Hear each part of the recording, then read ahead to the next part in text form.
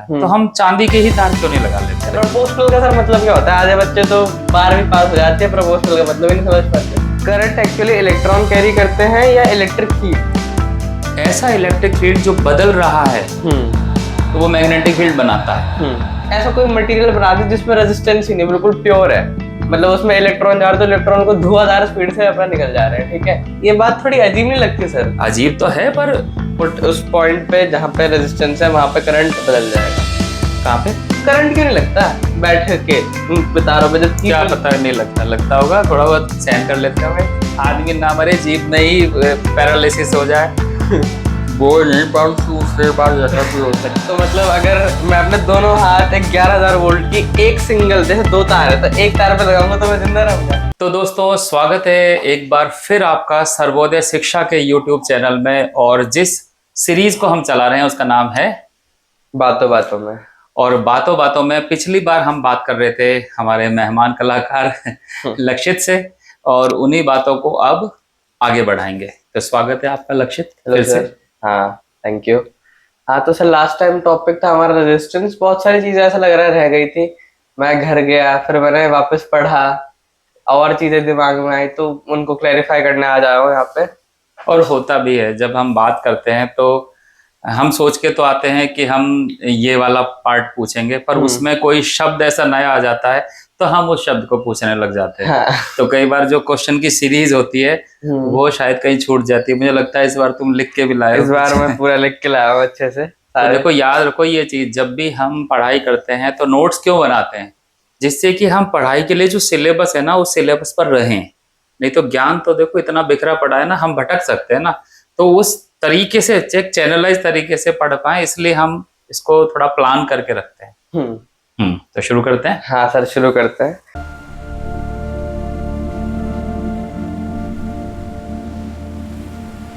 तो सर मेरा पहला क्वेश्चन ये है आपसे। हमने लास्ट टाइम पढ़ा था कि इलेक्ट्रॉन वायर के अंदर जाते हैं, ठीक है? इलेक्ट्रॉन वायर के अंदर चलते हैं। तो सर उससे हीट क्यों प्रोड्यूस होती है? उसके चलने हीट से क्यों प्रोड्यूस होती है? हाँ। अच्छा, क्वेश्चन असल में एक्चुअली ये है कि तुम पूछना चाह रहे हो कि जब हम इलेक्ट्रॉन चलते हैं, यानी सेल लगाते हैं, हाँ। और वायर में करंट फ्लो होता है तो गर्म क्यों हो जाता है? देखो, जब भी हम इलेक्ट्रॉन की बात करते हैं तो ऐसा तो है नहीं कि उस तार में एक ही इलेक्ट्रॉन फ्लो हो रहा होगा, बहुत सारे इलेक्ट्रॉन फ्लो हो रहे होते हैं। हाँ। और ये भी मैंने बताया कि रेजिस्टेंस क्या है? इलेक्ट्रॉन के रास्ते में कोई रुकावट। मान के चलो कि मैं दौड़ रहा हूँ और सामने एक खंबा आ गया, और मैं ताबड़तोड़ आंख बंद करके दौड़ रहा हूँ पागलों की तरह। खंबा मुझे नहीं दिखाई देगा तो क्या होगा? टकरा जाऊंगा। हाँ। जब एक इलेक्ट्रॉन इस तरह से टकरा जाता है, किससे टकराया? इम्प्योरिटी से। हाँ, जो एटम बोल रहे हो ना, ये एटम अशुद्धि है। वो उस चीज का एटम नहीं है जिसका वो मेटल है, अलग किसी का, तो उससे टकराता है। इलेक्ट्रॉन की आपस में भी टक्कर होती है। जो टकराने वाला इलेक्ट्रॉन है वो एक मोमेंट के लिए रुक गया, और पिछला इलेक्ट्रॉन आया वो भी टकरा गया उससे। और इलेक्ट्रॉन का टकराना तो बहुत स्पेशल है, क्योंकि दोनों नेगेटिव चार्ज के हैं। नेगेटिव चार्ज के बिल्कुल पास पास कैसे आएंगे? रिपल्शन होगा तब भी, लेकिन इतनी ज्यादा उनका स्पीड है कि वो बिल्कुल आके टकराने की कंडीशन होती है। और जब टक्कर होता है तो गर्मी होती है, जैसे फ्रिक्शन में होती है। अच्छा, और तो इसलिए जो गर्मी जो पैदा होती है वही है उस वायर की गर्मी। अच्छा सर, और अगर ये गर्मी बहुत ज्यादा हो जाए इसका क्या मतलब होगा? तार जल जाएगा फिर। नहीं, तार जल जाएगा, घर जल जाते तुमने देखा है? नहीं, तार जल जाएगा, घर जल जाएगा, वो तो समझ आ गया। तो इसका मतलब ये है कि वायर में बहुत ज्यादा इम्प्योरिटी है, ये कह सकते हैं? हाँ, हम ये कह सकते हैं कि एक तो इम्प्योरिटी बहुत ज्यादा है, दूसरा अगर मान लिया उसका रेजिस्टेंस ज्यादा है, मींस वो हम इम्प्योरिटी पर ही आ जाते हैं। तो सही कह रहे हो कि इम्प्योरिटी ज्यादा होने से हीट ज्यादा प्रोड्यूस होता है। तो इससे ये पता लगता है कि हमको जब वायर लेना है तो अच्छी क्वालिटी का वायर लेना है जिसमें कम इम्प्योरिटी हो। बिल्कुल सही। तो शॉर्ट सर्किट और ये तार जलने की प्रॉब्लम्स नहीं आएंगी। अच्छा, एक बात बताओ, इसी से याद आ गया, हम जो घरों में तार लगाते हैं तो ज्यादातर कॉपर के वायर लगाए जाते हैं। और जब हम रेजिस्टेंस के बारे में पढ़ते हैं टेबल में, तो कॉपर का रेजिस्टेंस जो है उससे भी कम एल्यूमिनियम का रेजिस्टेंस होता है, या उससे भी कम चांदी का रेजिस्टेंस होता है। तो हम चांदी के ही तार क्यों नहीं लगा लेते? चांदी तो बड़ी महंगी होती है, इस वजह से एक महंगी तो होती है, ठीक है। और शायद चांदी जल्दी गर्म ना हो, या गर्म जल्दी होगी? हाँ, चांदी का गुण थोड़ा थोड़ा ठीक आ गए। हाँ। चांदी का जो मेल्टिंग पॉइंट है वो और कम होता है, यानी वो जल्दी पिघल जाती है। कॉपर जितनी देर तक उसको गर्म रह सकता है बिना पिघले हुए, चांदी नहीं रह सकती। और हमारे एक और चीज, चोरी। जब ये पता चलेगा कि चांदी के तार लगे हैं तो चोरों के मजे आ जाएंगे, वो तार को ही काट के ले जाएंगे। वैसे तो कॉपर का भी कोई नहीं छोड़ता। अच्छा सर, तो क्या लिक्विड सिल्वर या लिक्विड कॉपर में भी इलेक्ट्रिसिटी कंडक्ट हो सकती है? हाँ, वो मेटल किसी भी फॉर्म में हो कनेक्ट। अच्छा, मतलब अगर कोई पाइप है जिसमें सिल्वर का लिक्विड भरा हुआ है तो उसमें भी मैं बिजली का फ्लो करा सकता हूँ। सिल्वर का लिक्विड का मतलब है तुमने मेटल ही बना दिया। मेटल है बट हाँ लिक्विड फॉर्म, बाहर से कवर कर लिया है पाइप से, वो अलग। अच्छा सर, इससे एक और सवाल मेरे दिमाग में आया कि हमने पढ़ा था रेजिस्टेंस का मतलब है रुकावट, जो करंट को रोक रही है। हाँ, है ना?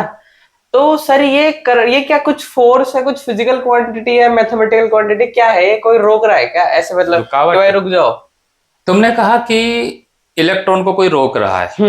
देखो, जब भी हम फिजिक्स की बात कर रहे हैं, वैसे तो ये सामान्य बात है, हम फिजिक्स जो बोलते हैं ना, इस शब्द से भी एक अर्थ है।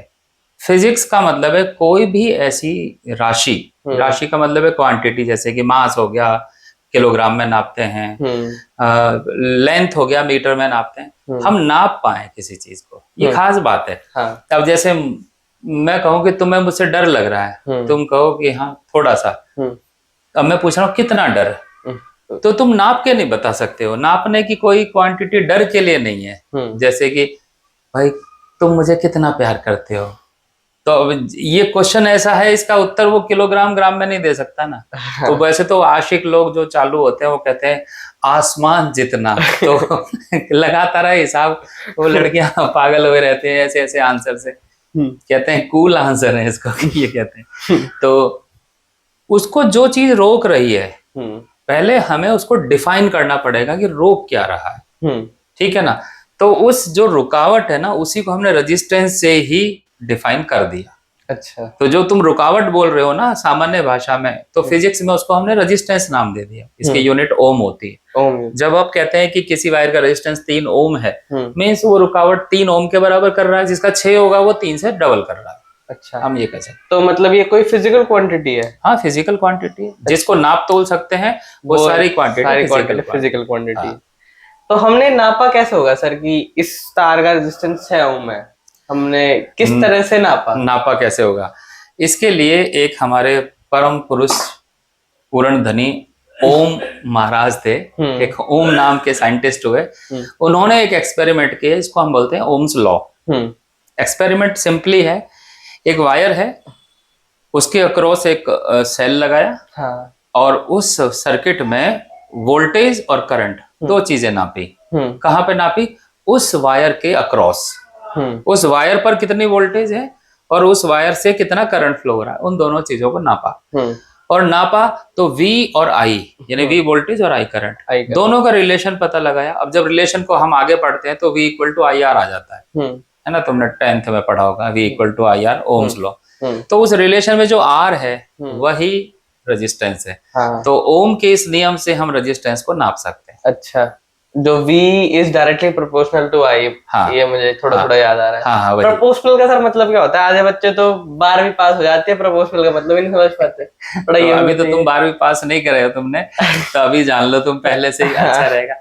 प्रोपोर्शनल का मतलब है जब मैं तुम्हें 3 क्वांटिटी बोलूंगा, अगर तुम चौथी को पता लगा पा रहे हो, तब तो पहली बात तो ये पता चलेगा कि वो कोई रिलेशन में है। जैसे कि मैं पहली क्वांटिटी बोलता हूँ 2, दूसरी 4, फिर मैं बोलता हूँ 3, फिर 6, फिर मैं बोलता हूँ 4, फिर इधर 8। तो मैंने 3 क्वांटिटी बोली, तो 4, 3, 6, 4, 8। इन तीनों से तुम्हें कुछ रिलेशन पता लगा होगा। हाँ। अब मैं अगली बोलता हूँ 10, 20, 50, 100, यानी कि तुम पहली बात तो रिलेशन देख पा रहे हो। हाँ। तो पहली, जब भी हम प्रोपोर्शनल बोलते हैं, और इसका एक दूसरा भी है इनवर्सली प्रोपोर्शनल, दो चीज होती हैं। तो पहली बात तो एक रिलेशन होगा। हाँ। ठीक है, अगर वो रिलेशन ऐसा है कि जब लेफ्ट हैंड साइड की क्वांटिटी बढ़ रही है और राइट हैंड साइड की भी बढ़ रही है, तो है डायरेक्टली प्रोपोर्शनल, जिसको जनरली प्रोपोर्शनल बोलते हैं।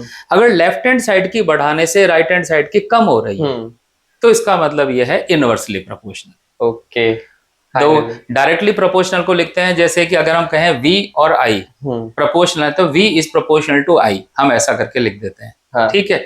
अगर हम लिखते हैं V is proportional to K और वो इनवर्सली प्रोपोर्शनल है तो V is proportional to 1/K, हम ऐसा करके कुछ लिखते हैं। तो इनवर्सली प्रोपोर्शनल का भी कोई एग्जांपल हमारे सामने यहाँ पर है तो हम उसको देख सकते हैं।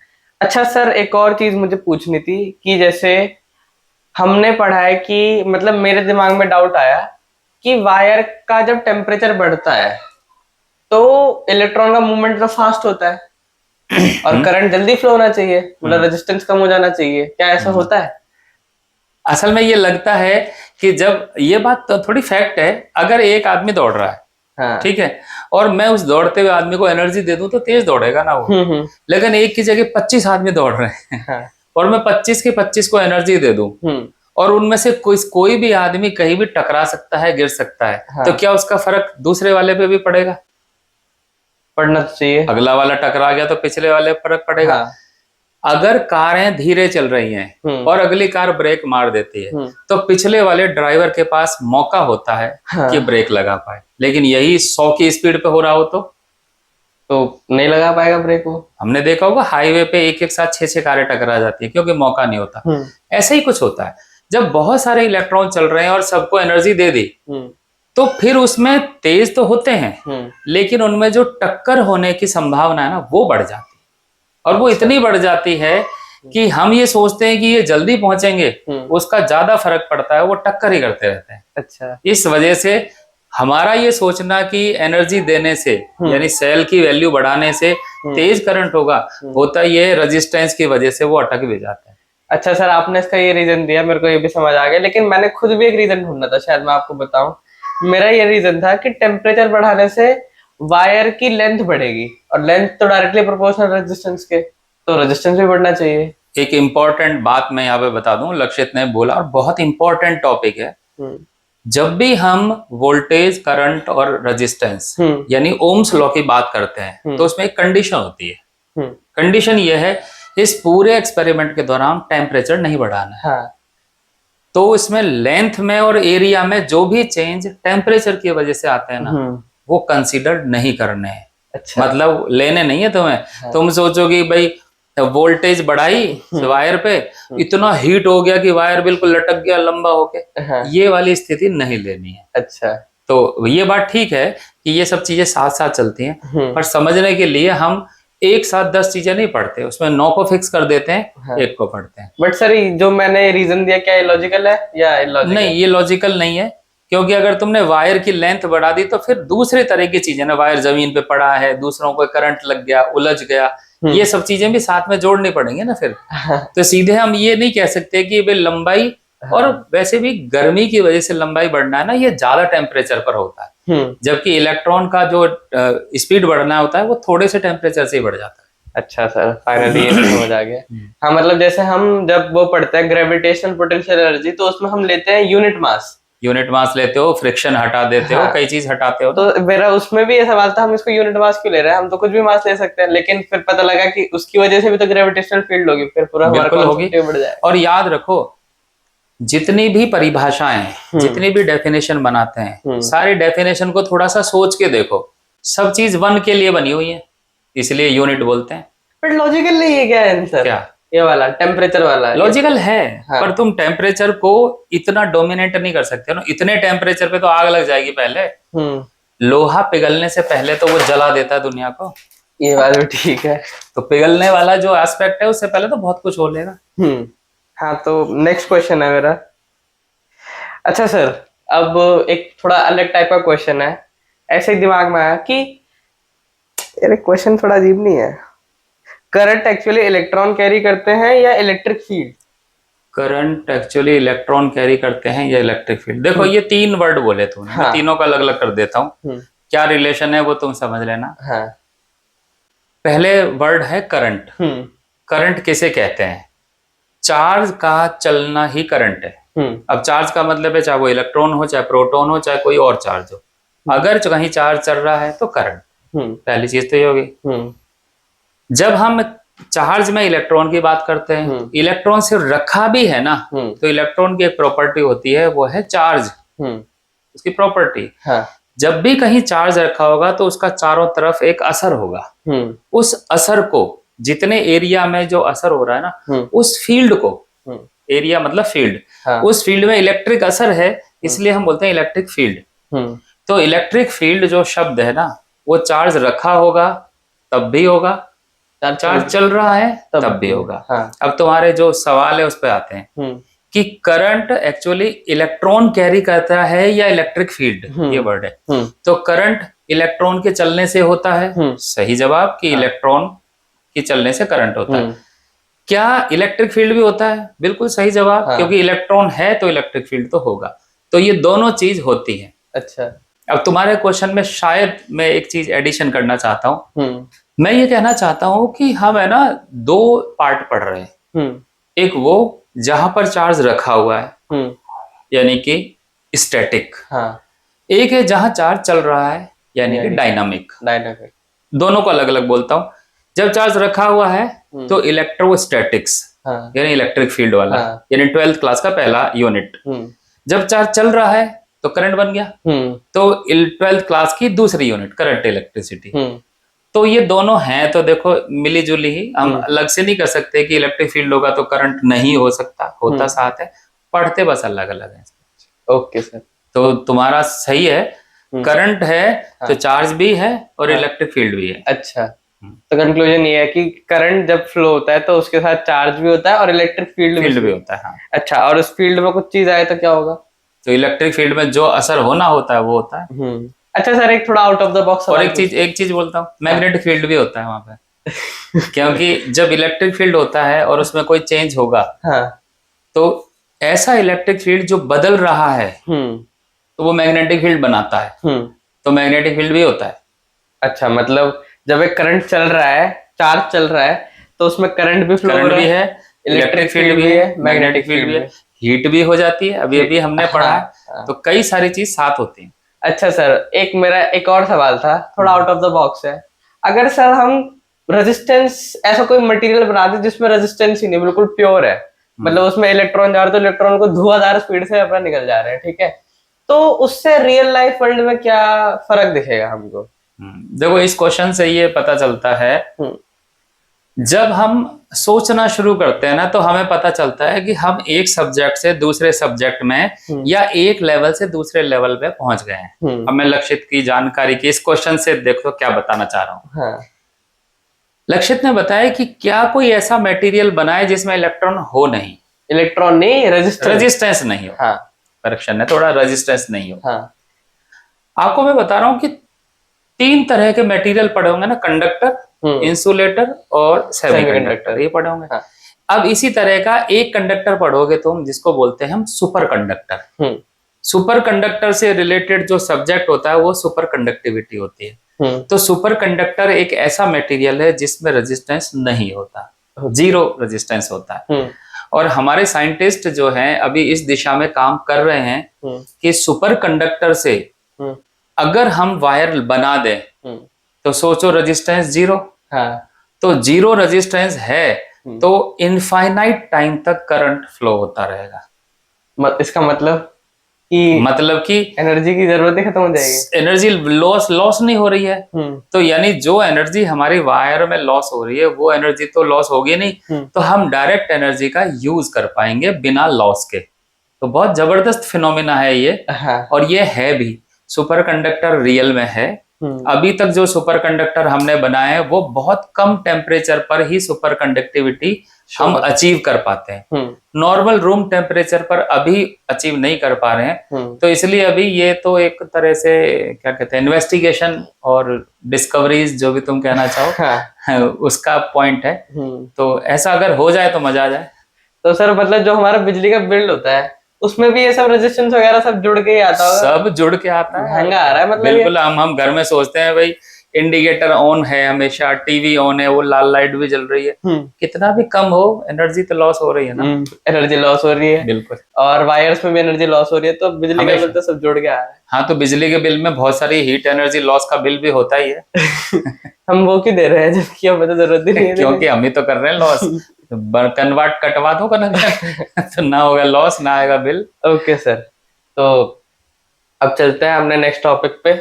सर मेरा ये टॉपिक था अगला, आपने लास्ट टाइम मेरे से बात करी थी कि अगर एक तार का क्रॉस सेक्शन एरिया बढ़ जाए, हाँ, और उसकी लेंथ बढ़ जाए तो क्या क्या फर्क आएंगे। तो मैं बता देता हूँ, मेरे को जहां तक याद है, क्रॉस सेक्शन एरिया बढ़ने से रेजिस्टेंस कम होता है और लेंथ बढ़ने से रेजिस्टेंस बढ़ता है। और इसको मैंने कहा कि फिजिक्स में हम इन बातों को मैथमेटिकली बदल कहते भी हैं, तो R equal to rho L upon A जो फॉर्मूला आया था वो इसी को रिप्रेजेंट करता है। अच्छा सर, अगर कोई ऐसा वायर बना दिया जाए जिस मतलब ऐसा वायर हो जो जिसका एक तरफ क्रॉस सेक्शन ज्यादा है, फिर पतला, फिर क्रॉस सेक्शन ज्यादा, फिर पतला, तो उसमें इलेक्ट्रॉन का मूवमेंट कैसा होगा। अच्छा देखो, मान के चलो मैं एक हाइपोथेटिकल सिचुएशन लेता हूँ। तुम बैठे हो एक दरवाजे पर, एक दरवाजे पर आगे तुम्हारा कोई दोस्त बैठा है, हाँ, और उससे आगे एक कोई और दरवाजा है, वहां पे भी एक दोस्त बैठा है, हाँ। अब जो सेल है मतलब सोर्स है, हाँ, वहां पे वो सेल जो है हर सेकंड में चार्ज भेजता है। तो मैं मान लेता हूं कि वो आदमी आ रहे हैं और वो तुम्हारे दरवाजे से जा रहे हैं, तो मैं चार्ज को मान लेता हूं। यहाँ पे सेल से एक सेकंड में 10 आदमी निकलते हैं, यानी 10 चार्ज निकलते हैं, मान के चल लेते हैं 10 इलेक्ट्रॉन। ये तो है सेल की कैपेसिटी। अब थोड़ा ध्यान से सुनना इसको, हाँ। सेल एक सेकंड में 10 इलेक्ट्रॉन निकाल सकता है। अब वो पहुंचे तुम्हारे पास, हाँ। तुम एक सेकंड में 5 आदमी अलाउ करोगे, और रास्ता जो है वो इतना सकड़ा है कि आदमी ओवरटेक नहीं कर सकता है। एक आदमी के पीछे दूसरा आदमी, ये समझे से डंडे से बंधा हुआ, मैंने बताया था ना वो गाने में हीरो हीरोइन, कोई समझो डंडे से बंधे हुए हैं, हाँ। यानी एक चलेगा तभी दूसरा चलेगा, है ना। अब तुम एक सेकंड में सिर्फ 5 ही निकलने देते हो, तो सेल एक सेकंड में 10 नहीं निकाल पाएगा ना। वो तुम 5 ही निकलने दोगे तो सेल भी 5 ही अलाउ करेगा। ऐसे नहीं हो सकता 5 अलाउ कर दो फिर 5 और एक्स्ट्रा कहाँ जाएंगे फिर वो। तो सेल निकालेगा कैसे? सेल अपने अंदर से इलेक्ट्रॉन्स को निकालने से पहले पूरे सर्किट का एनालिसिस करेगा। अच्छा। और एनालिसिस करने के बाद वो देखेगा सर्किट में रेजिस्टेंस कितना है, उस हिसाब से करंट निकलेगा। अब सिर्फ तुम्हारी बात नहीं कर रहा हूं, तुम्हारे दोस्त की बात करते हैं, हाँ। तुम एक सेकंड में 5 निकाल सकते हो, लेकिन दोस्त तुमसे भी ढीठ है, वो कहता मैं एक सेकंड में 3 ही निकलने दूंगा, तो तुम्हारे भेजे हुए 2 आदमी कहाँ जाएंगे? कहीं नहीं जा पाएंगे ना। तो तुम क्या करोगे? 5 निकाल सकते हो लेकिन तुम 3 निकालोगे, हाँ। क्योंकि तुम्हारा दोस्त 3 को जाने दे रहा है, तो तुम कहोगे यार 3 ही जाओ क्योंकि अगला आगे रास्ता सकरा है, हाँ। तो 3 ही जा पाओगे। उससे अगला दोस्त वो एक सेकंड में 1 ही जाने देता है, हाँ। तो क्या होगा? उसका जो वैल्यू है वो तुम्हें भी माननी पड़ेगी। तुम भी एक सेकंड में 1 भेजोगे, दूसरा भी एक सेकंड में 1 भेजेगा, हाँ। और तीसरा भी एक सेकंड में 1 भेजेगा। तो हाँ। नतीजा क्या हुआ? तुम अलाउ कर सकते हो ज्यादा, पर तुम्हें रेजिस्टेंस बढ़ाना पड़ गया अपने आप ही। हाँ। 5 भेज सकते हो इलेक्ट्रॉन पर 1 भेजा, 3 वाला भी 3 भेज सकता है पर 1 भेजा, हाँ। और अगले वाले ने भी 1 भेजा। तो असल में हुआ क्या? तीनों ने रेजिस्टेंस को बढ़ा दिया, हाँ।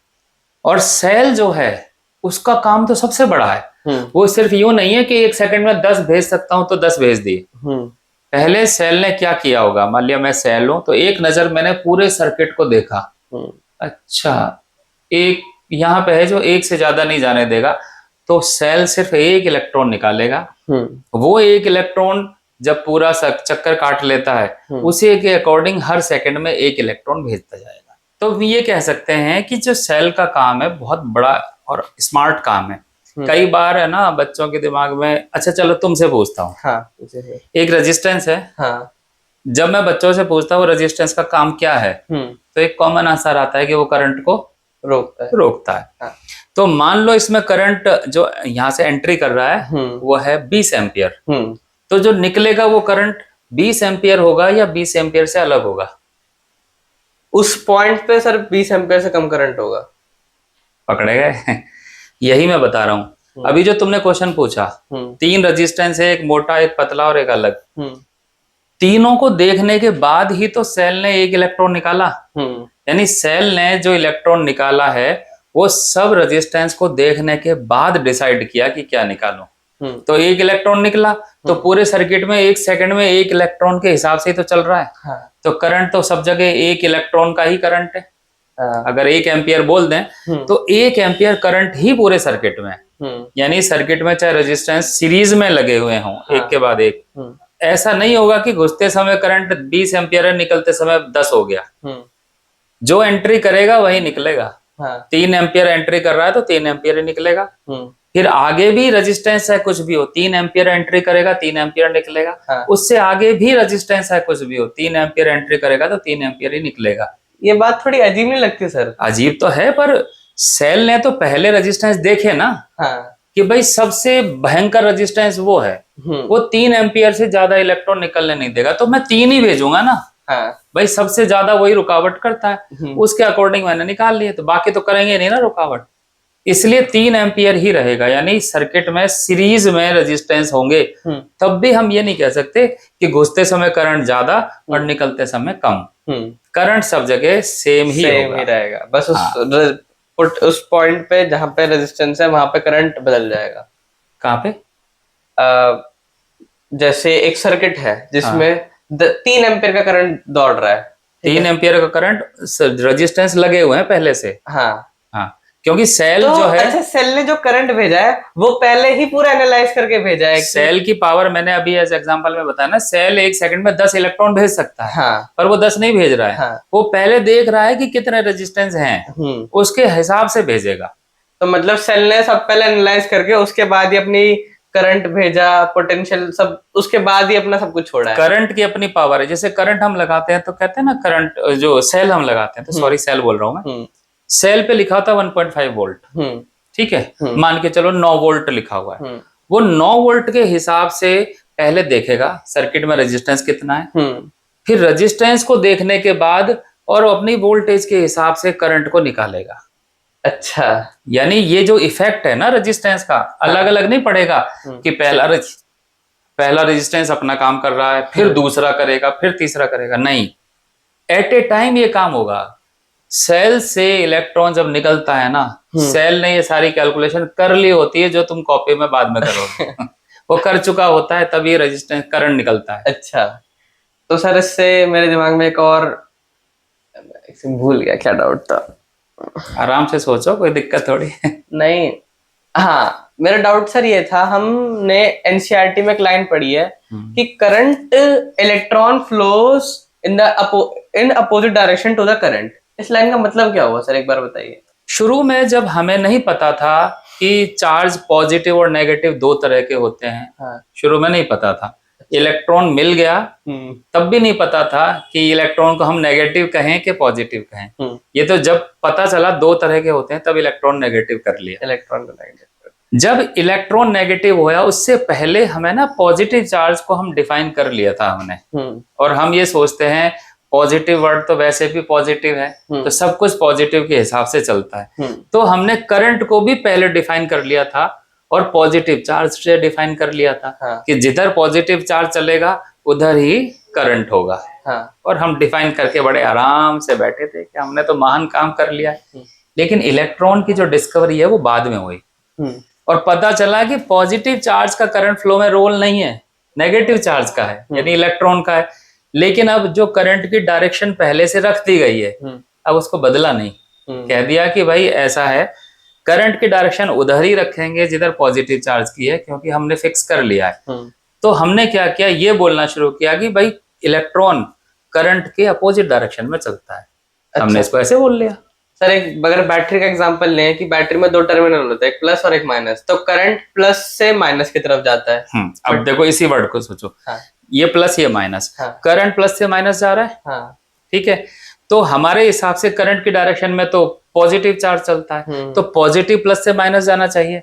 लेकिन जब इलेक्ट्रॉन की बात करेंगे तो अपोजिट करेंगे, तो माइनस से प्लस की तरफ इलेक्ट्रॉन जाएंगे, हम ऐसे बोलते हैं। अच्छा, तो सर इससे क्या कंक्लूजन निकलता है कि चलता क्या है, इलेक्ट्रॉन या करंट? चलता तो इलेक्ट्रॉन ही है। इलेक्ट्रॉन के चलने को ही तो हम करंट बोलते हैं। अच्छा। जैसे कि जब पानी बह रहा होता है तो उसको बोलते हैं धारा। तो धारा नाम का कोई बूंद को थोड़ी धारा बोलते हैं। हाँ। बूंद बन के बहुत सारा पानी बन गया और चलना शुरू किया, तभी धारा बोलते हैं। तो करंट ऐसे ही है। तो सर जब हम ओके तो हम जब अपने सर्किट बनाते हैं तो जब हम उसमें करंट की डायरेक्शन को डिफाइन करते हैं तो हम उसको प्लस से पॉजिटिव से नेगेटिव की तरफ ले जाते हैं। करंट तो पॉजिटिव से नेगेटिव ही लिखते हैं ना। हाँ, और अगर कहीं पे कोई क्वेश्चन ऐसा आ जाए कि तुमको इलेक्ट्रॉन के डायरेक्शन को डिफाइन करना तो है फिर माइनस से प्लस की तरफ दिखा देते जाना पड़ेगा। तो आज ये भी डाउट क्लियर हो गया सर। अच्छा सर, अभी आपने सीरीज की बात करी तो आप ये बताइए किस किस तरीके के सर्किट्स हो सकते हैं?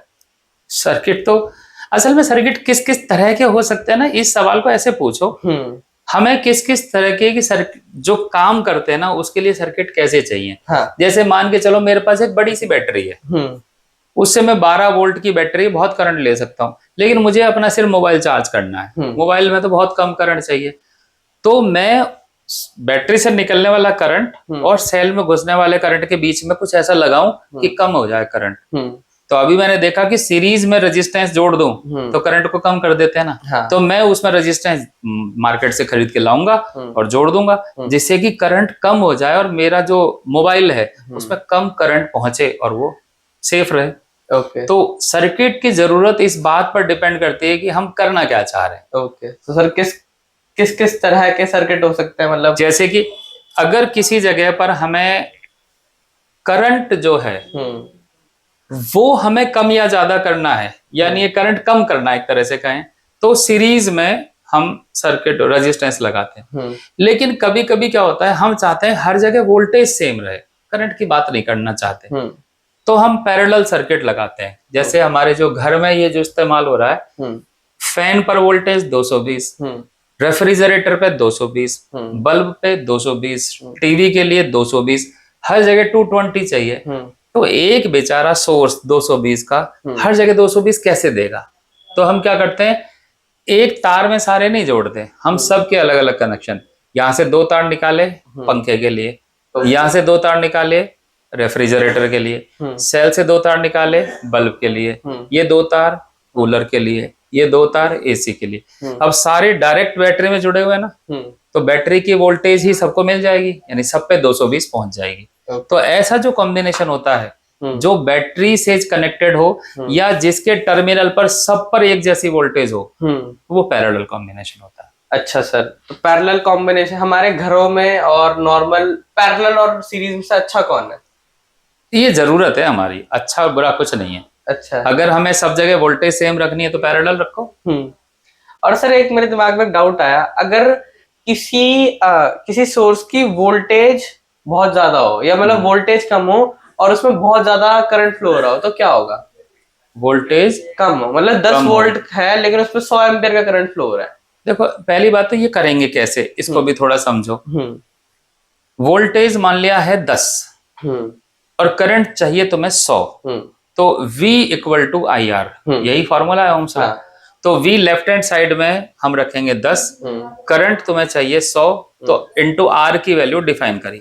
तो R हो जाएगा 10/100 यानी 1/10 यानी 0.1। 0.1 ओम का रेजिस्टेंस लगाओगे तो वो 100 एम्पियर करंट दे देगा। यानी कि तुम्हें इतने छोटे सोर्स से इतना ज्यादा करंट चाहिए तो बहुत छोटा रेजिस्टेंस लगाना पड़ेगा। अच्छा सर, अगर मैं इस करंट को टच करूंगा तो क्या मुझे शॉक लगेगा? हाँ, अब जैसे मैं ये कहने ही वाला था। हाँ। अब ये जो सोर्स है तुम्हारा, हाँ। वो सोर्स इतना कम एनर्जी का है, इतनी ज्यादा करंट दोगे ना तो वो एनर्जी हो सकता है 1 सेकंड से भी कम देर के लिए तुम्हें, उसके बाद वो सेल ड्रेन हो जाएगा, मर जाएगा सेल एक तरह से। तो तुम ये कह सकते हो तुम्हें बस एक मोमेंट के लिए मिल जाएगा 100 एम्पियर, बस फिर बात खत्म। अच्छा, और सर वहीं पर अगर वोल्टेज बहुत कम हो और हायर एम्पियर करंट हो? यही तो था, वोल्टेज कम थी हायर एम्पियर था। वोल्टेज ज्यादा हो और हायर लोअर एम्पियर करंट हो तो क्या होगा? तो कोई प्रॉब्लम नहीं है, रेजिस्टेंस लगाओगे ज्यादा। हाँ। तो ज्यादा रेजिस्टेंस क्या करते हैं, करंट को रोक देते हैं, तो कम करंट तुम्हें मिल जाएगा। अच्छा, ओके। अब देखो जैसे यही तो है, अब तुमने पहले यूज बताया कि मुझे क्या चाहिए, उसके हिसाब से सर्किट बदला ना। तो इसलिए पैरेलल और सीरीज दोनों इफेक्टिव हैं, दोनों बढ़िया हैं। तुम्हें यूज कौन सा करना है ना उस हिसाब से। तुम चाहते हो एक ही स्विच से सारे पंखे चल जाएं, सारे बल्ब चल जाएं, तो अच्छा सीरीज कनेक्शन करो। एक ही तार में सारे कनेक्टेड होंगे, स्विच ऑफ किया सब एक साथ बंद हो गए। तो घर में ऐसा नहीं होता ना, तो घर में पैरेलल होता है, हर एक का कनेक्शन अलग अलग है, तो हर एक को अलग अलग स्विच दे रखा है। ओके, मेरे को समझ आया। हाँ, अच्छा, मतलब अगर देखा जाए तो पैरेलल कनेक्शन में पोटेंशियल डिफरेंस जो होता है वो सेम होता है और सीरीज में ऐसा नहीं होता, करंट सेम होता है। सीरीज में करंट सभी में सेम करंट जा रहा है ना, सेल डिसाइड करता है सब में सेम करंट, लेकिन वोल्टेज सेम नहीं होगी, वोल्टेज सब में अलग अलग। बिल्कुल सही पकड़ा पॉइंट तुमने। पैरेलल कॉम्बिनेशन में सब पर पोटेंशियल सेम, करंट डिफरेंट हो सकती है। सीरीज में सब में करंट सेम, पोटेंशियल डिफरेंट हो सकती है। और ये डिफरेंट जो है V = IR से पता लगा सकते हैं। Okay sir. सर एक और मेरा डाउट था, मैं ऐसे ही कभी अपनी स्कूटी से जा रहा था, मैंने देखा कि बर्ड्स जो होते हैं वो बैठे रहते हैं उनपे, क्या कहते हैं, ये हायर वोल्टेज लाइन्स पे। तो ना बैठे उन पे। अरे उनके लिए खैर घर नहीं है, बेचारे होमलेस है। हमें उनको घर बनाना चाहिए उनके लिए। हाँ, लेकिन मैं बोलूंगा DDA को कि उनके लिए घर निकाल दें। तो सर उनको करंट क्यों नहीं लगता बैठ के उन पे तारों पे? जब क्या पता, नहीं लगता, लगता होगा, थोड़ा बहुत सहन कर लेते होंगे। तो ऐसा थोड़ी होता होगा सर, मर जाते होंगे वो तो। मरे नहीं है, लटके हुए भी मिलते कई बार। हाँ तो सर मतलब मुझे ऐसा लगता है इनको करंट नहीं लग रहा, बढ़िया बैठा हुआ है आराम से अपना, इनको कोई दिक्कत नहीं है। देखो ये है ना, इसको ऐसे समझो कि जब कभी है ना, तुमने देखा होगा जो टेस्टर है उसको जब हम उसमें डालते हैं प्लग में तो लाइट जलती है, तो करंट लगता है क्या उस समय? नहीं, उस टाइम नहीं लगता। क्यों नहीं लगता? तुम तो सर्किट का हिस्सा हो, जबकि उंगली लगाने पर ही लाइट जली ना। हाँ। लेकिन तुम सर्किट का हिस्सा हो, फिर भी करंट क्यों नहीं लग रहा? क्योंकि शायद जो मेरा बॉडी के अंदर करंट फ्लो हो रहा है वो जमीन में जा रहा है। जमीन में नहीं जा रहा है, तुम चप्पल वप्पल पहन के रहते हो उस समय, बिना चप्पल के करो तो फील हो जाएगा कि कुछ जा रहा है। अच्छा जरा ऐसा फील हो सकता है। फिंगर लगाओगे तो फील हो जाएगा, बहुत सेंसिटिव फिंगर, हाथ गीला हो रहा है तो जो फील हो जाएगा। मैं आपको एक डिस्क्लेमर दे दूं, ये सब करके देखने की जरूरत नहीं है। कोई जीभ लगा के देखने लग जाओ, हो सकता है आदमी ना मरे, जीभ में ही पैरालिसिस हो जाए, बोल नहीं पाऊँ, उससे बात ऐसा भी हो सकता है। तो ये सब करके नहीं देखने, सब समझने के लिए हम ये बात कर रहे हैं। जब हमने उस टेस्टर पे फिंगर लगाई तो हुआ क्या, टेस्टर जहां कनेक्टेड है ना वहां है 220 वोल्ट। 220 वोल्ट का कनेक्शन हमने किया अपनी उंगली से, और हमारा कनेक्शन है जमीन के साथ। हालांकि ये करंट फ्लो नहीं कर रहे हैं हम, क्योंकि जमीन के साथ कनेक्शन कटा हुआ है। लेकिन वो बल्ब क्यों जल रहा है? क्योंकि बल्ब को चाहिए वोल्टेज डिफरेंस, जो तो आ गया ना, 220 एक तरफ है और एक तरफ हम है, यानी 220 से कम। वो जो हल्का बल्ब होता है जल के दिखा देता है। जब तक करंट पूरा फ्लो नहीं होता, सर्किट पूरा नहीं बनता है ना, तब तक करंट फ्लो नहीं होता है। अब बर्ड के बारे में सोचते हैं। हाँ। ये वायर है, इस पर बर्ड बैठी है। बर्ड में करंट वोल्टेज तो है, हाँ। लेकिन कनेक्शन कहाँ है बर्ड का? दूसरा, हाँ। कोई कनेक्शन हवा में है, मतलब वो कनेक्शन नहीं हो रहा है। कनेक्शन पूरा नहीं है, इस वजह से उससे करंट फ्लो नहीं हो रहा है, तो सेफ है। अगर कोई मान लिया तुम छोटा सा तार लेकर बैठी हुई चिड़िया को टच कर दो, हाँ। तो हो सकता है चिड़िया और तुम दोनों चित्त हो जाओ, क्योंकि तब सर्किट पूरा हो जाएगा। अच्छा सर, तो मतलब अगर मैं अपने दोनों हाथ एक 11,000 वोल्ट की एक सिंगल, जैसे 2 तार है तो एक तार पे लगाऊंगा तो मैं जिंदा रहूंगा, आप ये कहना? हाँ, प्रोबेबिलिटी यही है कि जिंदे रहोगे। अच्छा, अगर मैं वहीं पे उस पे लेट जाऊं दोनों तार के ऊपर तो फिर तो हाँ, जिंदे ही रहोगे। अब इसको दोनों केस को भी मैं थोड़ा सा समझा देता हूँ। हाँ। अब इस आंसर को देने से पहले मैं बर्ड का भी क्लियर कर देता हूँ। हाँ। कई बार क्या होता है, ऐसी 2 वायर है, एक वायर ये है, एक वायर ये है। एक बर्ड यहाँ बैठी, एक यहाँ बैठी। हाँ। एक वायर हाई वोल्टेज का, एक न्यूट्रल का, कम वोल्टेज का। अब वो दोनों बर्ड जो बैठे हैं उन्होंने प्यार से मोहब्बत से ऐसे चोंच लड़ाई, तो दोनों मर जाएंगे, तो दोनों का काम हो जाएगा, क्योंकि अब दोनों ने कर दिया ना सर्किट पूरा। सर्किट पूरा होने पर ऐसे पक्षी मरे हुए मिल जाते हैं। ठीक है, अब जो तुम्हारा सवाल बताता हूँ, एक वायर है, उस वायर पर एक आदमी लेटा हुआ है, बिल्कुल। अब जो लेटा हुआ आदमी है, पेन है तुम्हारे पास? यस सर, है ना, ये पेन है। इस पेन पर, पेन मतलब ये वायर पर ये आदमी है, ऐसे मैंने लटका दिया। अब देखो आदमी की जो विड्थ है ना वो इतनी सी है। अब ये जो वायर है ये मान लेते हैं 220 वोल्ट का है, और इतनी दूरी पर, यानी आदमी की मोटाई इतनी होती है, 1 फुट पर कितना वोल्टेज कम हो जाएगा? वोल्टेज कम होती है डिस्टेंस के साथ साथ, कि V is proportional to, inversely proportional to R होता है।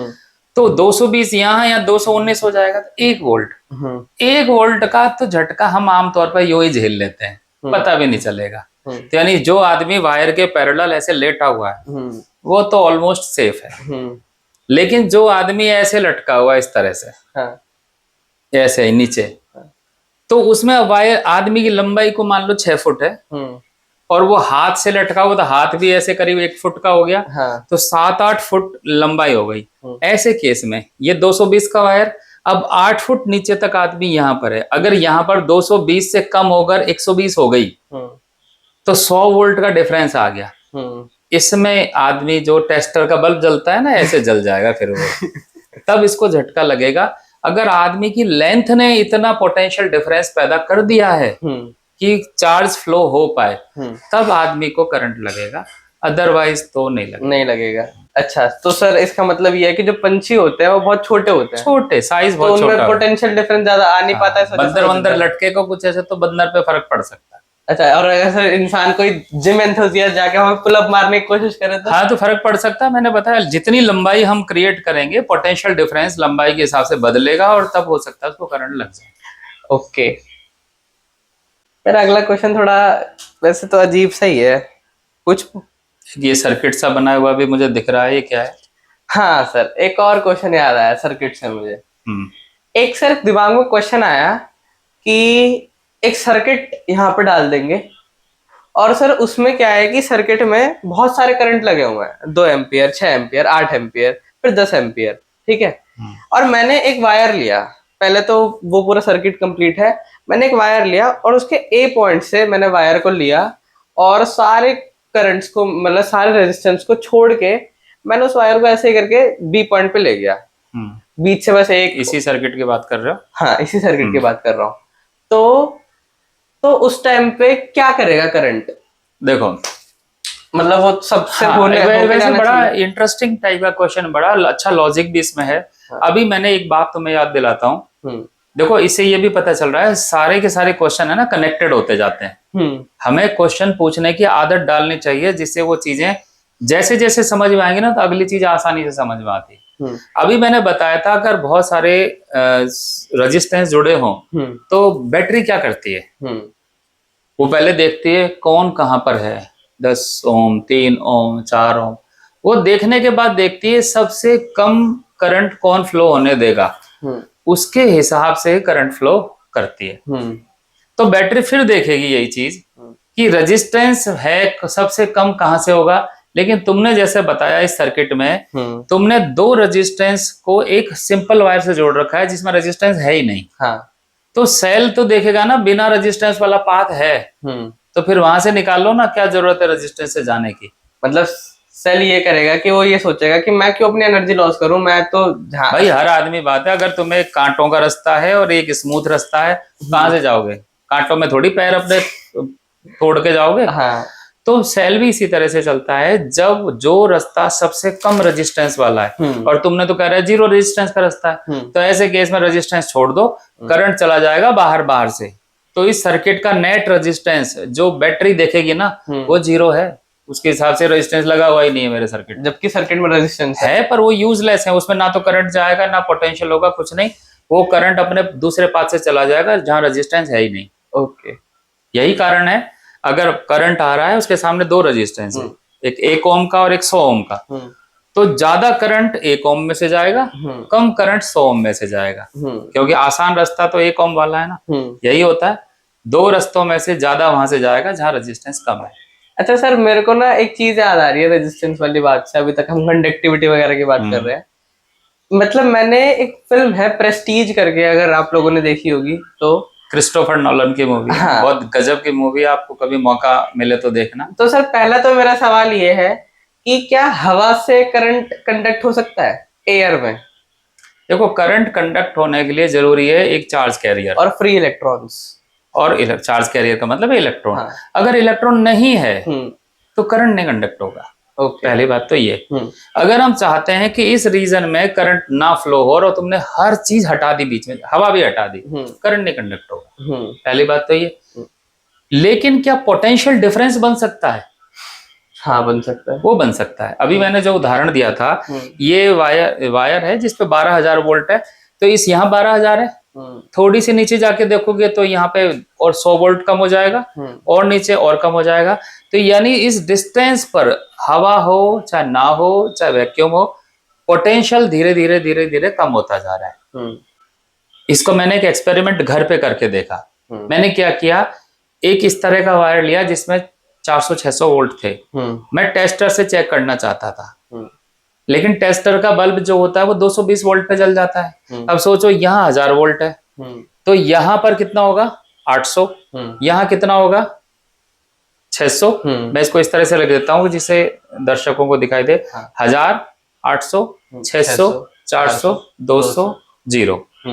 मैंने टेस्टर लिया, यह है टेस्टर। इस टेस्टर को मैं जैसे जैसे आगे बढ़ाऊंगा तो जहां 220 हो जाएगा ना, वहां टेस्टर जल जाना चाहिए हवा में ही। और ये सोच के मैंने जब काम किया तो ये 220 में हवा में ही जल गया। तो मुझे भी जादू जैसा लग रहा था, हवा में ही कैसे जल गया। असल में पोटेंशियल चाहिए होता है उसको। तो अब जो पोटेंशियल हम बिल्कुल टच करके लगा रहे हैं तो वहां है ही 220, इसलिए टच करना पड़ रहा है। लेकिन यहाँ तो बीच में से कम ज्यादा हो रहा है ना, तो 220 पे ये हो गया। अब मेरे दिमाग का फिर आदमी कि मैं टच तो करके देखूं क्या हो रहा है। फिर 220 से जैसे ही मैंने आगे किया 400 पे आया, मुझे तेजी से झटका लग गया, क्योंकि मैं तो कंडक्टर हूं, करंट लग गया। तो वायर और टेस्टर और मैं तीनों जाके पीछे गिर गए। तो कहने का मतलब है कुछ भी नहीं है जहां, पोटेंशियल डिफरेंस तो वहां हो सकता है, पर करंट के फ्लो होने के लिए चार्ज कैरियर चाहिए। तो वहां इलेक्ट्रॉन आयन कुछ डाल दो हल्के से, तो करंट भी फ्लो हो जाएगा। ओके, तो मतलब हम हवा से भी करंट को फ्लो कर सकते हैं अगर फ्री इलेक्ट्रॉन्स है तो। हाँ, हवा में तो होते ही है ना आयन वायन। तो हवा से तो हो सकता है, वो अपना मटेरियल आयनाइज करके बना। तो हम ऐसा कुछ क्यों नहीं बना देते कि मेरे घर के ऊपर एक रॉड है और एक हमारे पावर सप्लाई में रॉड है, उससे सीधा करंट आ रहा है मेरे घर में, तारों की जरूरत ही नहीं। देखो ऐसा नहीं है कि ऐसा हो नहीं रहा। अभी तुमने सुना होगा कि हम जो लाइट कनेक्शन है वो बिना वायर के भी प्रोवाइड करने की बात कर रहे हैं। जैसे मोबाइल चार्ज आजकल इंडक्शन से देखा ना, बिना कनेक्शन के हो तो रहे। और तो और हमारे तो इंडिया में लोग इतने बुद्धिमान है, एक ऐसे चोर भी पकड़े गए जो बिजली चोरी करता था बिना वायर टच किए हुए, वो इंडक्शन से करता था। तो ये भी एक कॉन्सेप्ट है, समझना चाहो तो इस पे भी बात कर लेंगे हम। ओके सर, तो आज का टॉपिक यहीं तक रखें। चलो ठीक है, आगे अब आगे के लिए टॉपिक तैयार भी हो गया हमारा। हम इस चोरी को भी समझ सकते हैं कि ये चोरी कैसे की और पुलिस को कैसे शक हुआ, ये भी एक बात है। तो बने रहिए हमारे साथ, बातों बातों के अगले एपिसोड में भी आप जरूर आइएगा। और आपका कोई सवाल है, जैसा कि लक्षित ने कहा, क्या कहना चाहते हो? कमेंट में उस सवाल को पूछिए, वीडियो को लाइक करिए, शेयर करिए एंड सब्सक्राइब जरूर करिए। तो मिलते हैं आपसे फिर नेक्स्ट एपिसोड में, तब तक हमारे साथ करते रहिए बातों बातों में। जय हिंद।